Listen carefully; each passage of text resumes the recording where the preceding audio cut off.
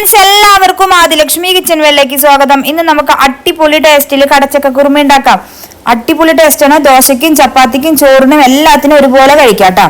ഇതാണ് കടച്ചക്ക. ഇത് ഒരു തേങ്ങ എടുത്ത് വെച്ചിട്ടുണ്ട്. ഇനി ആ നാളികേരത്തിന്റെ ഒന്നാം പാലും രണ്ടാം പാലും എടുത്ത് വെക്കുക. കടച്ചക്കയുടെ തൊലിയൊക്കെ കളഞ്ഞിട്ട് നാലായി കട്ട് ചെയ്ത് അതിൻ്റെ ഉള്ളിലെ കാമ്പ് ആ കൂന് മാത്രം കട്ട് ചെയ്ത് കളയുക.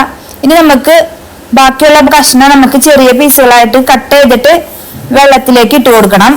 ആ വെള്ളത്തിൽ ഇട്ട് കൊടുത്താൽ അതിൻ്റെ കറയൊക്കെ പോവുള്ളൂ. അതിനാലാണ് വെള്ളത്തിലേക്ക് ഇട്ട് കൊടുക്കുക. ഇനി നന്നായി കഴുകിയതിന് ശേഷം കുക്കറിലേക്ക് ഇട്ട് കൊടുക്കുക. അതിലേക്ക് എടുത്തു വെച്ചിരിക്കുന്ന രണ്ടാം പാല് ചേർത്ത് കൊടുക്കുക. 2 പച്ചമുളക് ചേർത്ത് കൊടുക്കുക. 1 കപ്പ് ചെറിയുള്ളി ചേർത്ത് കൊടുക്കുക. 2 തക്കാളി അരിഞ്ഞത് ചേർത്ത് കൊടുക്കുക. 1 വലിയ ടീസ്പൂണ് ഇഞ്ചി പൂണ്ട് പേസ്റ്റ് ചേർത്ത് കൊടുക്കുക. 1/4 ടീസ്പൂണ് ഉലുവ, 1 ടീസ്പൂണ് മഞ്ഞൾപ്പൊടി, ആവശ്യത്തിന് ഉപ്പ് കൂടി ചേർത്ത് നന്നായി ഇളക്കി കുക്കർ മൂടി വെച്ച് 2 വിസിലടിക്കുക.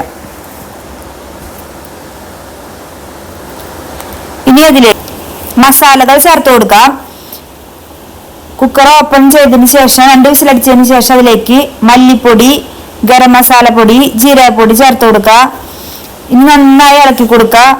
10 മിനിറ്റ് നേരം തിളപ്പിക്കുക. ആവശ്യത്തിന് ഉപ്പും 1 ഒന്നാം പാൽ എടുത്ത് വെച്ചിരിക്കുന്ന നാളികേരത്തിന് ഒന്നാം പാലും ചേർത്ത് നന്നായി തിളപ്പിച്ചു കൊടുക്കുക.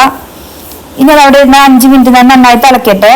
ഈ സമയം നമുക്ക് ഒരു കടായിലോട്ട് വെളിച്ചെണ്ണ ഇട്ട് കൊടുക്കാം.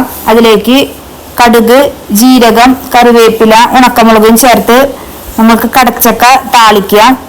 അങ്ങനെ നമ്മുടെ അടിപൊളി ടേസ്റ്റില് കടച്ചക്ക കുറുമ തയ്യാറായിട്ടുണ്ട്. ഇതൊരു വെറൈറ്റിയാണ്. അപ്പൊ കുക്കറിൽ ഒരേ ഒരു വിസിലടിക്കാനേ പാടുള്ളൂ. അപ്പൊ നിങ്ങൾ എല്ലാവരും ട്രൈ ചെയ്തിട്ട് ആദിലക്ഷ്മി കിച്ചൻ വേണ്ടി കമന്റ്സ് അറിയിക്കാം. Bye bye friends.